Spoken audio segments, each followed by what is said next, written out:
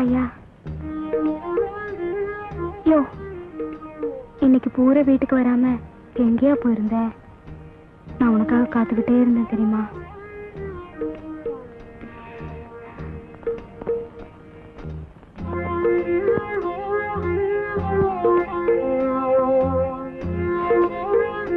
யோ, வெந்நீர் போட்டு வச்சிருக்கேன், வாயா குளிச்சுட்டு வருவேன், முதுகு தேய்ச்சி விடுறேன்.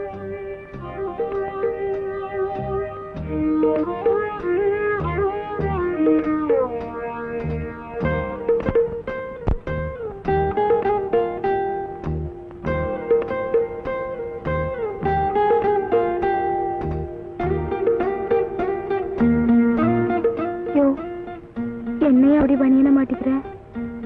வெளியே போறியா?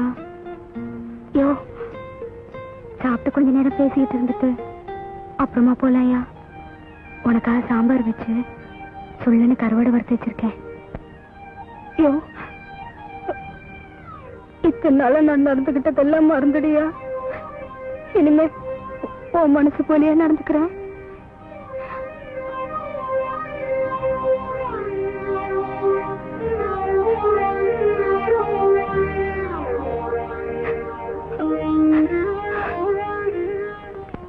இந்த நேரத்துல எங்க போகுது? சௌந்தர்யக்கா தனக்கும் அதுக்கும் ஒரு தொடர்பும் இல்லைன்னு சொல்லிச்சேன். அப்ப வேற எங்க போகும்? வேற யாராவது இருப்பாளோ? யாரா இருக்கும்? ஒருவேளை சொல்லிருப்பாளோ?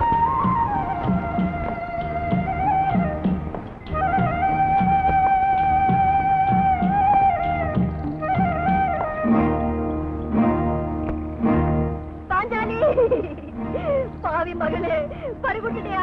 பறிகுடுத்துட்டியே. என்னக்கா? பாஞ்சாலி, புருஷன் பாம்பு கடிச்சிருக்கடி. சரியா? அவன் வாயை கொஞ்சம் தர.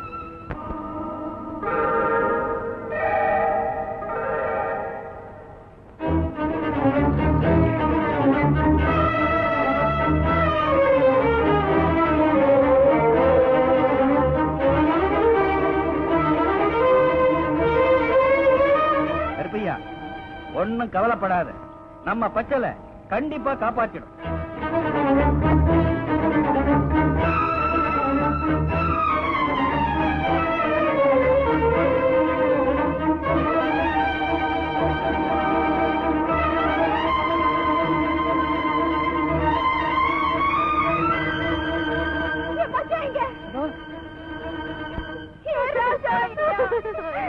இப்ப நான் திருந்திட்டேன் மச்சான். நீ ஆசையா கூப்பிட்டப்பெல்லாம் நான் அதட்டி அதட்டி வரட்டேன். கவலைப்படாத அக்கா, பச்சளை கொடுத்துருக்கேன். ரொம்ப வேகமான மருந்து, பொழைச்சுக்குவான். பொழைச்சுக்குமா? என் மச்சான் பொழைச்சுக்குமா? பயப்படாது, எகிரி.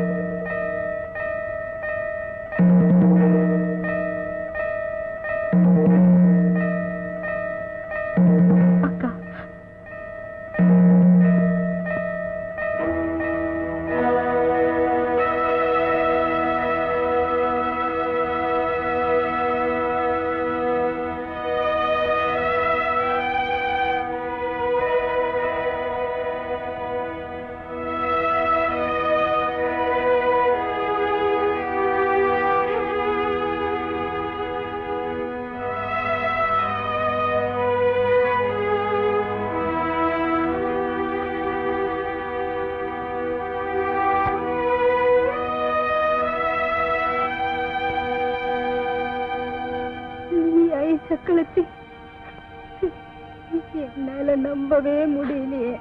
வயசு கொள்ளாதனால நான் வழி தவறி போகல. ஏன் சுகத்துக்காக நான் அவரை விரும்பல. சின்ன வயசுல இருந்தே நான் அவரோட பழகி இருக்கேன். அவர் மேல எனக்கு அன்பு இருந்துச்சு, அனுதாபம் இருந்துச்சு. ஆனா காதல் இருந்ததில்லை. ஒரு நாள் அவருக்கு கல்யாணம் பேசினாங்க. எங்க வீட்டுலதான் பேசினாங்க. என்னன்னு தெரியல, ஏன்னு புரியல. எனக்கு கண்ணு கலங்கிடுச்சு. நெஞ்சு அடிச்சிடுச்சு. அவருக்கு கல்யாணம்னு எல்லாரும் சந்தோஷப்பட்டப்போ நான் மட்டும் ஏன் கண் கலங்கினேன்? எனக்கு காரணம் புரியல.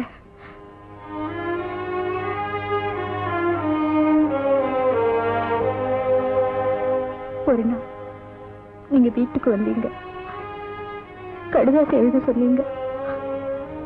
நான் எழுதி கொடுத்தேன், படிச்சு காட்டினேன். அட்ரஸ் நான் வந்தா சிங்காரம், கீர்னிப்பட்டி தபால் ஆபீஸ், பிள்ளையார் கோயில் தெரு, ராமநாதபுரம் சில்லா.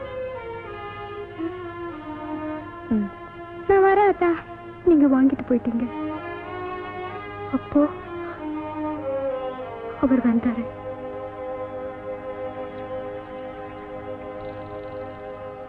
எப்படி கடிதாசி எழுதுனா? எப்படி எழுதுவாங்க? நானும் மச்சானும் நல்லா இருக்கோம், எங்களுக்கு ஒரு குறையும் இல்லைன்னு எழுதினாங்க. ஏய் பொய் சொல்லாத. கோழி முட்டும் பாஞ்சால அப்படி சொல்லி இருக்கா மாட்டா? எனக்கு தெரியாது. வேற எப்படி சொன்னாங்க நீங்க நினைக்கிறீங்க? என் மச்சான் வேலை வெட்டி இல்லாம சுத்துது, வீட்டுல ரொம்ப கஷ்டம் சொல்லிருப்பான். இல்ல, நான் சொன்ன மாதிரி தான் சொன்னாங்க. சத்தியமா அப்படிதான் சொன்னாளா? சத்தியமா. அவர் கைப்பட்டதும் நான் புல்லரிச்சு போனேன். எவ்வளவு நேரம் அப்படி இருந்தேன்னு எனக்கே தெரியல. ஒரு நாள் நீங்க அவருக்கு சோறு போடல, வீட்டுல படுக்க கூட இடம் தராம வெளியே விரட்டிட்டீங்க. அவர் அண்ணன் கிட்ட வந்தாரு. வேலை இல்லாதவனுக்கு ஏன் கல்யாணம் பண்ணி வச்சேன்னு கேட்டாரு. பட்னி கிடக்கிறதா சொன்னாரு. அண்ணன் அவருக்கு இட்லி கொடுக்க சொன்னாரு.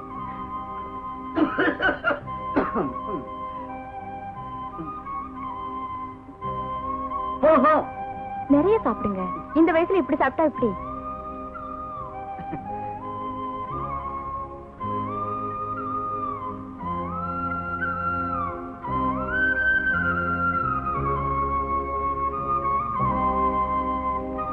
சாப்பிடுங்க.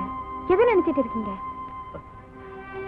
கட்டின பொண்டாட்டி எனக்கு சோறு போட மாட்டேங்கிறப்போ நீயாச்சும் எனக்கு போடுறிய.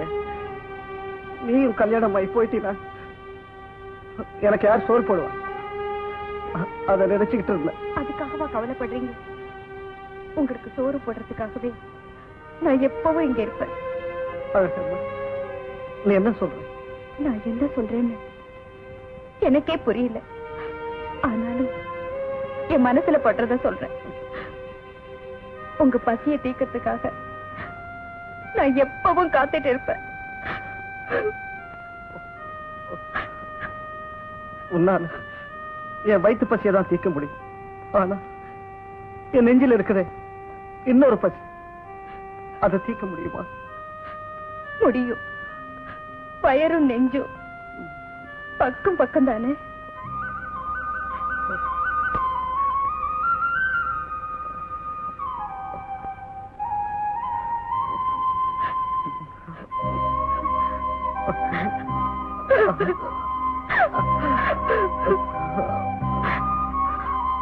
அவர் எங்க வீட்டுல ஒரு வேலைக்காரனா இருந்தாரு. ஆனா என் மனசுல எஜமானா இருந்தாரு. என்னது நீ சொல்றதெல்லாம் நெசம்தானா?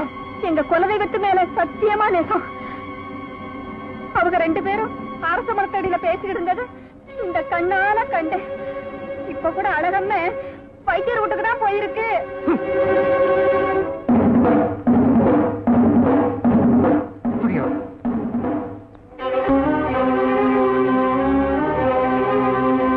வைத்தியரியா, பாஞ்சாலிக்கா, வைத்தியரியா வந்து பாருங்க.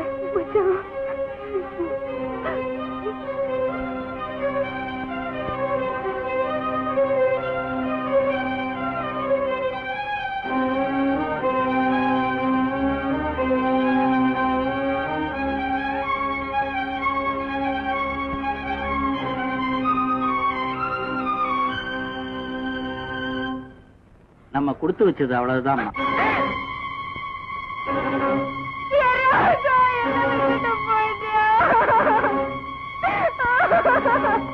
அழகமே அப்பாவி மாதிரி இருந்துட்டு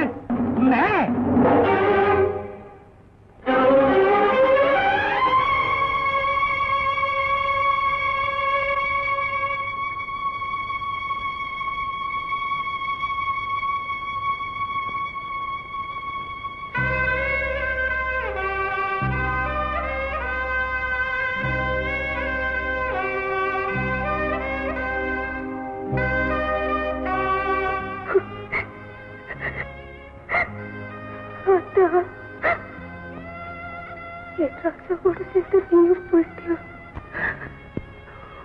ஊரறிய தாலி கட்ட நான் உசுரோட இருக்க. அதான் ராசாவோட சேர்ந்து நீயும் போயிட்டியா?